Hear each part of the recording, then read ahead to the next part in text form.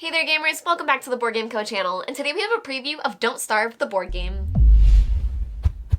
Hey there gamers, it's Professor Meg here, and welcome back to the Board Game Co channel. Today we have a preview of Don't Starve, the board game by Glass Cannon Unplugged. Now this is a sponsored video, and this is also a demo copy in front of me, so all rules, components, things like that are subject to change, and this is also a demo version, so there's just a few things that are missing from this, where there's an in-between phase for your scenarios where you're able to upgrade different things such as gaining blueprints and items, but we're mostly going to be looking at what the scenario gameplay is going to be like. Now this is a current Kickstarter campaign, so you can check out link down below for everything that they have planned so you can see all of those other things that I'm talking about. But Don't Starve, if you are familiar with the video game, is a roguelike game where you're playing as these different characters such as Weber and Wendy, Wilson and Willow. But in Don't Starve the board game, it's going to be a bit more scenario based. So it's for 1 to 4 players where you're able to play true solo if you'd like. As one player you can play as one character or run multiple characters, or you can play with friends. So it is going to be cooperative, but it is going to be quite unforgiving, where if you're familiar with the video game, you do die a lot, and that will be very familiar in the board game as well. There is a mechanic where you are able to die and be revived, but it can be very difficult to do so, and you are not able to do that many times at all. So this is going to be a game that is going to feel extremely rewarding when you are able to beat it. And that being said, there are also multiple difficulty levels, and even the normal difficulty level is pretty brutal. So if you're someone who prefers a challenge and really likes cooperative play, that every single move matters and can be really rewarding at the end once you are able to finally beat those different scenarios and you enjoy the replayability of being able to revisit scenarios, this may be the game for you. Now, what is currently set up in front of you is a 2-player game with Weber and Wilson, and this is the Feast of the Pig King, which is the demo scenario. So with that, I believe that in the future you're able to select any scenario that you want to play, but once you beat them, you will gain rewards, which will unlock certain things for you for future plays. But right now we're going to take a look at the Feast of the Pig King, and at the beginning of a scenario, it's going to help you a lot with how to set it up. So here we have the first card, and you're able to see it tells you how to set up what is on the map on this card here. So this map is setting up where the different biomes are placed for your scenario, and it's also going to give you a breakdown of what to include for those different biomes. So you have the woodlands, the grasslands, the drylands, and the wetlands. And you can see that you have 3, 3, 2, and 2 respectively, so you're going to be encountering more woodlands and grasslands in this scenario. So they are all shuffled and then placed out where you know that your portal is going to be here in the center, but apart from that, all of these are going to be randomized and you're going to need to move on to them to see what they might be. Now you can also see that this is a 1 star for difficulty, and then after that you're going to proceed with the scenario for certain setup, but keep in mind we are currently a few actions in on the first turn, and you're going to track turns over here because you'll be having a daily needs phase where you are going to have to pay these needs, and then during the preparation phase it is going to move out. So this is going to be kind of your time clock for the specific scenarios that you're playing, and within each turn you're able to take a handful of actions. Now within each round, players are able to take a total of 6 actions, and you're able to go back and forth between players. So for each action, all players have to activate before you're able to reactivate them for the next action, but you can kind of change the player order. So where we have Weber and Wilson here, we could have it go Weber, Wilson, Wilson, Weber, Wilson, Weber, Weber, Wilson, and change it around as long as each of them are taking equal actions before more actions are taken. So you're kind of able to work cooperatively with this, trying to gain different things and maneuver around the board, because as I said, this is a game where every decision is really going to matter because it can be quite brutal, and there's a strong cooperative element because everyone's working toward these scenario goals. So the scenarios are really going to guide you with what you're trying to do and what you're looking for while you're trying to get stronger along the way, such as crafting things and finding food because you can't starve. But players are going to use everything at their disposal to work toward the scenario to try to win. Now, just one thing to note before we keep going is that normally this row here, which is going to be your tracker for all of the different phases, as well as the daily needs for the round, and your weather cards, as well as any scenario cards, is normally up above your biome tiles. So normally this would be up there, but I wanted it a little bit closer for us to be able to take a look together, and normally this wouldn't overlap like that. So just note that usually there's a little bit more room for this game, but I wanted to present it in a way that you're able to really see everything and everything that players are able to do. So also, before we go forward, I'm going to read this scenario card here to give you a sense of what players are trying to do. So for this scenario, it's going to be the Pig Feast.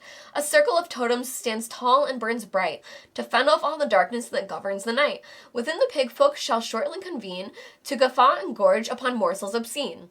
And then you can see here, this symbol here is an action, whereas players are going to have some of their abilities that are either going to be passive effects for you or free actions, but you can see that this would cost players an action to be able to interact with this, and it's spend food and or resources listed on SO3 Bill of Fare to place the scenario markers on their matching empty spaces.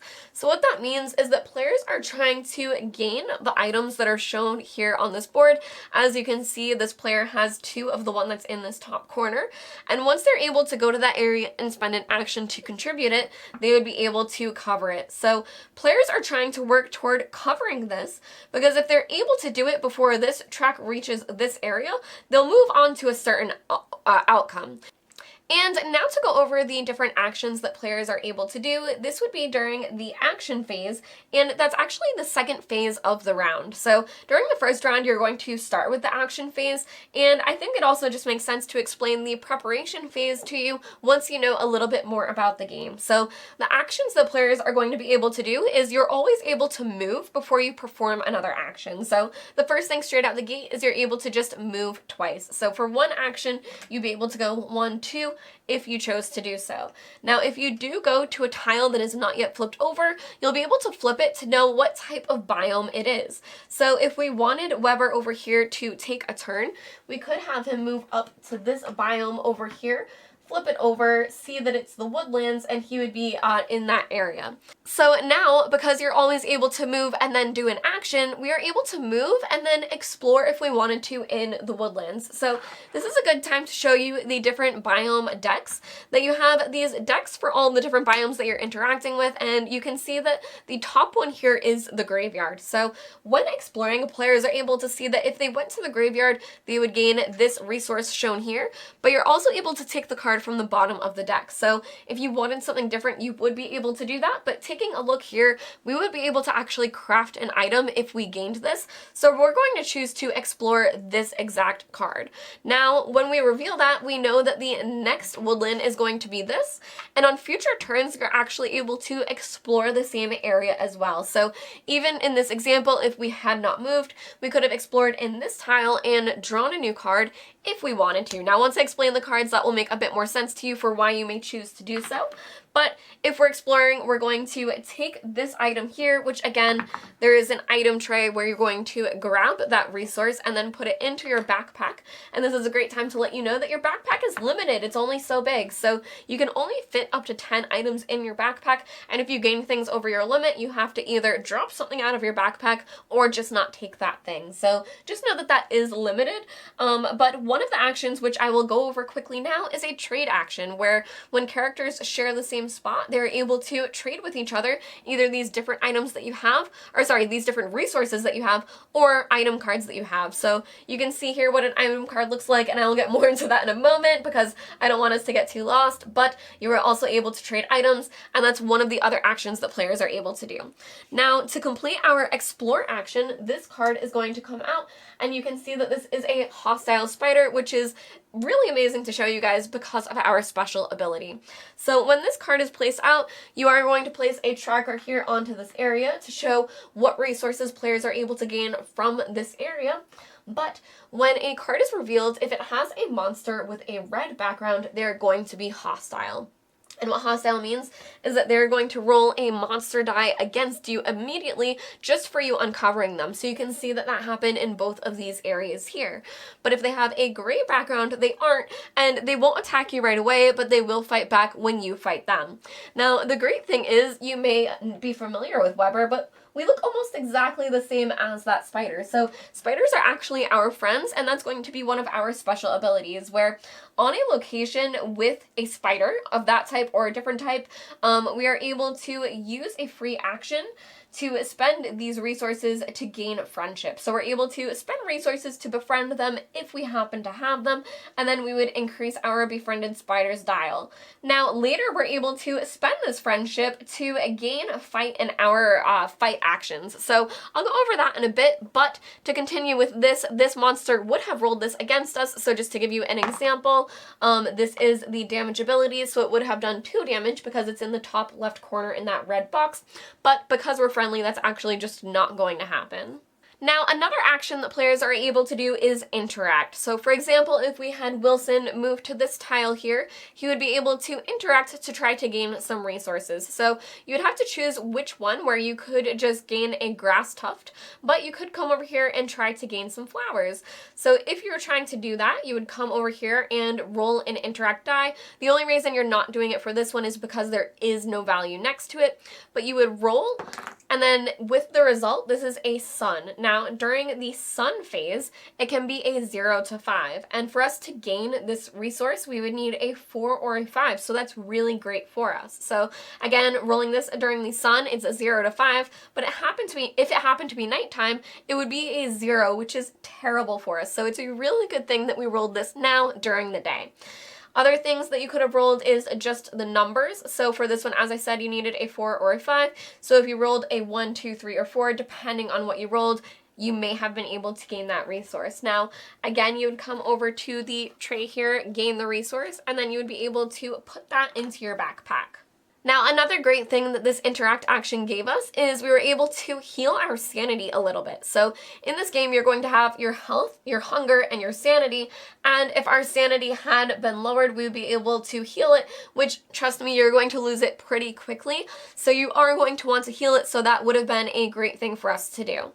Now, before we take a look at what fighting looks like, because I think it's very interesting, there are also a handful of free actions that you're able to do, and some of them are absolutely crucial. So all of these other actions that you're taking are gaining resources for you. So crafting is a free action, and crafting, you're actually going to take the crafting book, and you're going to be able to go through the different cards in here and see what you're able to make. So for example, with those 3 things that we gained, before we attack that spider over there, we are able to craft this. So in order to do so, you would take the card out, it would be added to your inventory, and you do have a limit of 8 cards. So if you want more after that 8, you do have to discard some and get rid of them out of your hand. But we would then take our resources here and spend these to be able to have this. But this now gives us a weapon during battle, and actually would be placed on this side first. So I will go over what fighting looks like for us in a moment, but this is the card that we would have gained. Now, similarly, there's also cooking, and in this game, food is perishable unless it's cooked. So some things are going to cause your food to perish, which is absolutely terrible because then it's just discarded on you. So you're going to be incentivized to have recipes that are diverse so that you're able to use the different ingredients that you have, perhaps trading so that you're able to meet the requirements for the cooking, but you're always going to be wanting to cook as a free action whenever you're able to combine those ingredients because, as I said, you're going to get hungry in this game and you don't want to starve. As you can see, these are the 3 recipes that we have currently available to us with the different costs of resources and the tokens that you will gain that you, again, would be able to place into your backpack, where they're all going to help satiate your hunger, but some of them will help fix your sanity and your health as well. So that's going to be something that players want to do. And then you're also able to do something called resource processing. So depending on certain things that you have, you are able to process them into something else. For example, wood could be processed into something like charcoal. And now let's take a look at what a fight would be like between Weber and that spider. Now, as a note, you would have to have enough actions in that round to be able to do so, or you would have to wait until a future round, but I'm just going to go over what a fight would look like to be able to show you. So if Weber chose to fight this spider here, you can see that their strength is currently 4, meaning that they are rolling 4 monster dice. Now, this would be reduced if the player had any swords that they were able to contribute, but this current weapon only contributes successes, so it's actually not helping in that sense, but that's okay. I am blocking a little bit of this, but we do have these reroll tokens, which are going to be very helpful for us in this.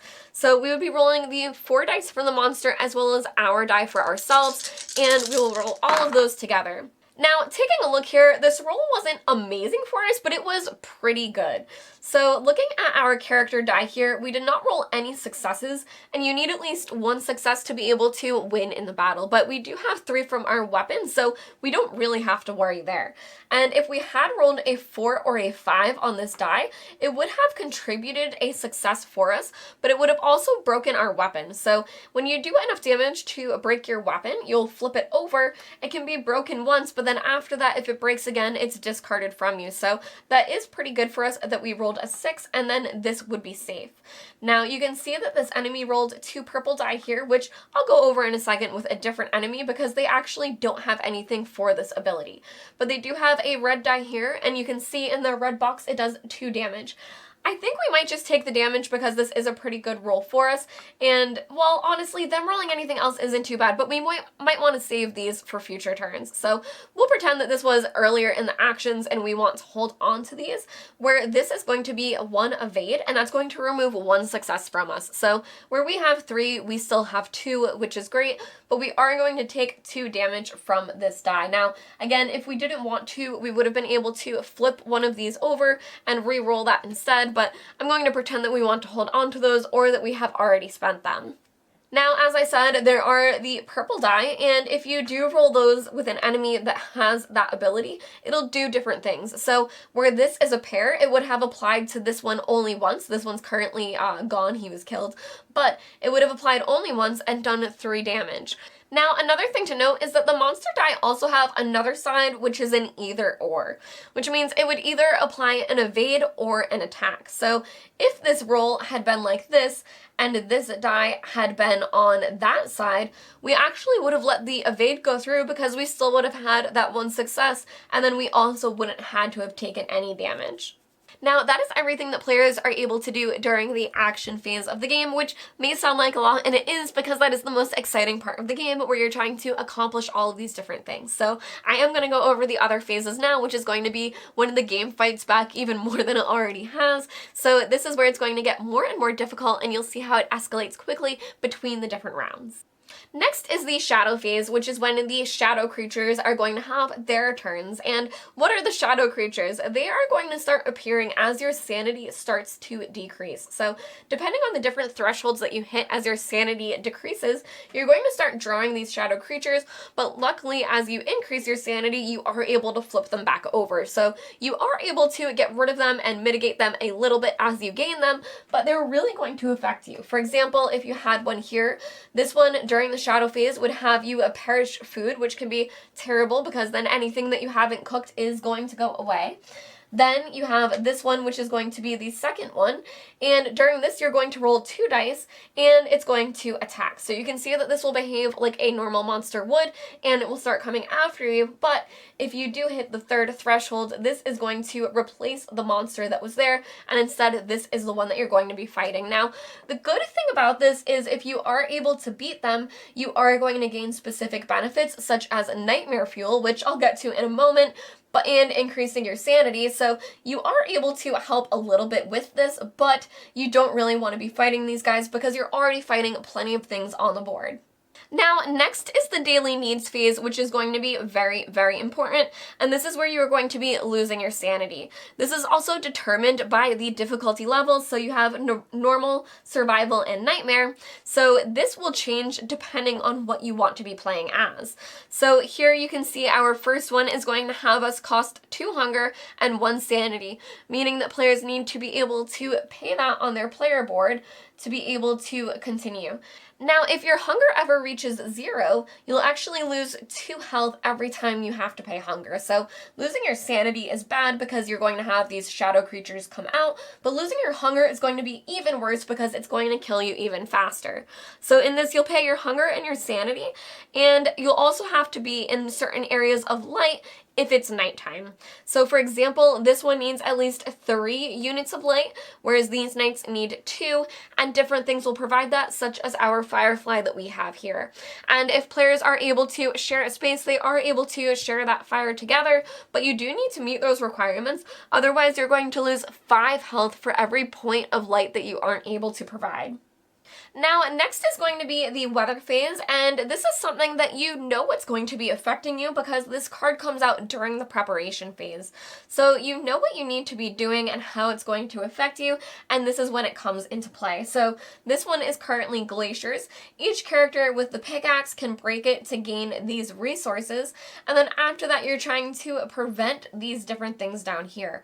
So for example, if players were at their portal, they would be able to use a home base ability, which will cost you essence to activate every turn, and to gain more essence, that's actually what you're spending your nightmare fuel tokens on that you gain from taking out the shadow creatures. But you're able to spend that to mitigate some of the weather symbols, and you're also able to do that with different things, such as Wilson being able to trim his beard here to reduce it as well. So for every symbol that you aren't able to reduce, you are going to suffer the penalty. So for example here, you would either, if you weren't able to block 1 out, you would suffer 1 health and 1 hunger, but if you weren't able to block 2 out, you would suffer 3 health and 3 hunger. And if it was past this lightning bolt symbol, meaning that if this card was drawn during one of these phases, one of these rounds, then you would actually be losing -5 health and -5 hunger instead. So you can see where even blocking one of the symbols can be extremely important. And once you pass this threshold here, you really want to pay attention to what's happening. Now, another thing that these cards are going to do is affect something on the map. So for this one, it's going to be you're able to refresh everything that has been exploited, because when you do the interact actions, when you take specific things, when you're successful, you do move this tracker down, showing that that area was exploited of the resources. So when this happens, everything does grow back up to the top, meaning that you're able to gain those resources from that card again.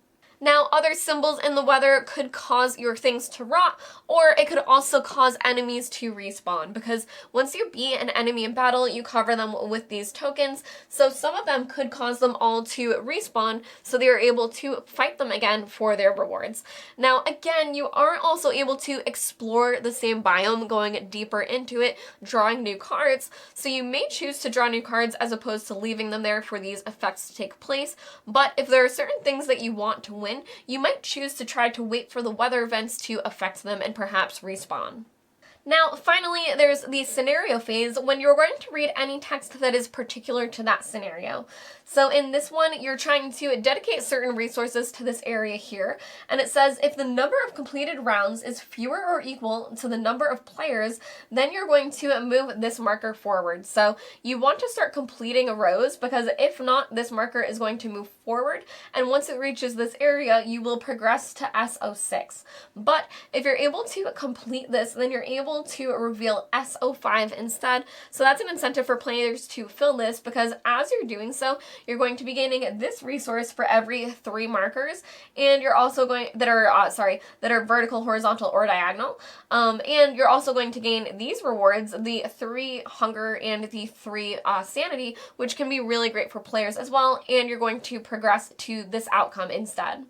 Now, as you can imagine, paying towards something is probably bringing you toward the outcome that you want to happen, that is perhaps the better outcome, and letting that other track progress into the other card is probably something that you don't want to happen, because the game is trying to push that way, meaning that something bad is probably going to happen when that's revealed. Now, finally, after all of that is done, you're going to move over to the preparation phase of the next round. So during this, that's when you prep the entire thing for everything that we just went over. So you'll draw a new weather card, you will revive any characters that have died, and that might sound like you're able to revive a lot, but in this game we have 1 revival only, and when that happens, this is going to be used up for that player, so you definitely don't want to let that happen if you're able to avoid it. And then you're going to refresh your activation tokens, because every time that you use an action, if you're not able to refresh from this and take a new action, your activation token will stay flipped over until the next round, and then everyone will then reactivate. So you're going to do that, and then you're going to refresh your focus based on your hunger. So depending on how hungry you are, you're going to gain more of these tokens back, which are going to help you re-roll. So you can see when you're a bit more satiated, it's very important because then you're able to focus a lot more on what you're trying to do. Then you're going to resolve any character abilities that may be at the preparation phase. For example, this one here for Wilson is beard growth, so his beard will grow during the preparation phase of every round.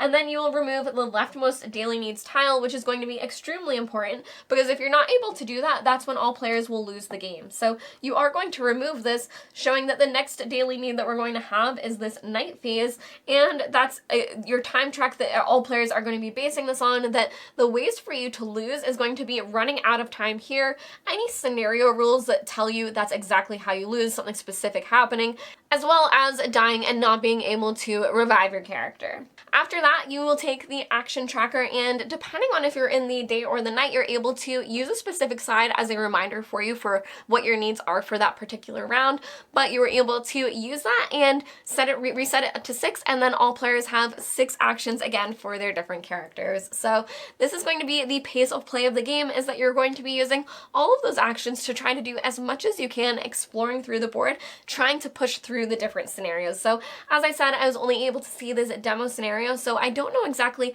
how all of that is going to play out, but I have to say this was quite challenging. So you do have that to look forward to, that the game is going to be very thinky and have it asking a lot of you as you're trying to figure out what you're doing throughout the board. Now, I do think it was very engaging, and it does definitely keep you excited throughout the entire game because as you're starting to accomplish things, it makes you feel like you're really getting closer to getting toward the end and figuring out what's happening at the end of that scenario. So I do think that this game was presented pretty well, where you do have these different trays of things. There's a ton of resources everywhere for you, and it really gave a sense of exploration where I don't want to say it felt open world, but you definitely felt like you were maneuvering around this map, going deeper into different areas, not really sure what's going to pop up, and then these different hostile monsters are going to come and just surprise you, do a little bit of damage, and the monsters are quite strong, so you might think you want the things that they're going to provide, but fighting them is going to be hard. Now, another thing to note is that when you do fight them, even if you lose, you do usually gain resources. It depends on the monster that you're fighting and what's on their banner, but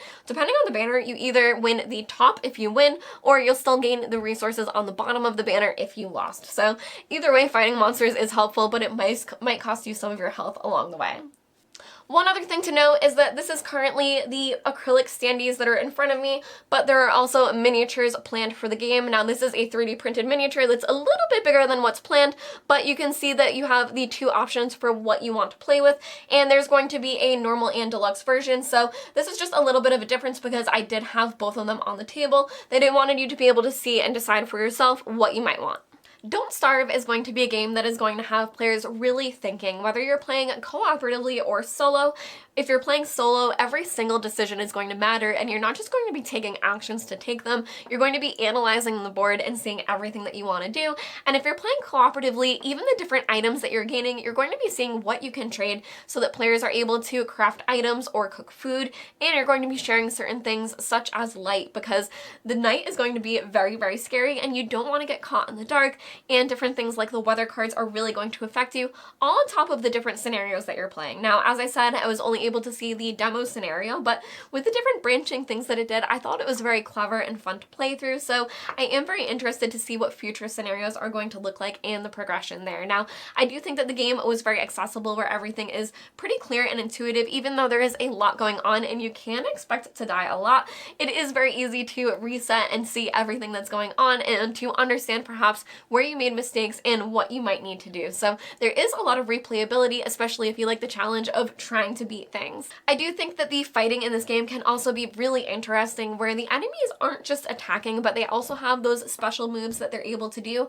But you do have this reroll mechanic where you're able to reroll as many dice as you choose, so perhaps you can have a better outcome for yourself depending on what's rolled, and depending on the things that you craft, they're going to bring more successes for you into battle. So I do think that it's really interesting the way things are calculated and the way the dice are rolled, that I think it translates in a really unique way that the monsters really feel like monsters. Now, this has been a preview of Don't Starve. You can check out the link down below for everything that Glass Cannon Unplugged has planned. I've been Professor Meg. Thank you all for watching the Board Game Code channel, and I'll see you next time. Bye!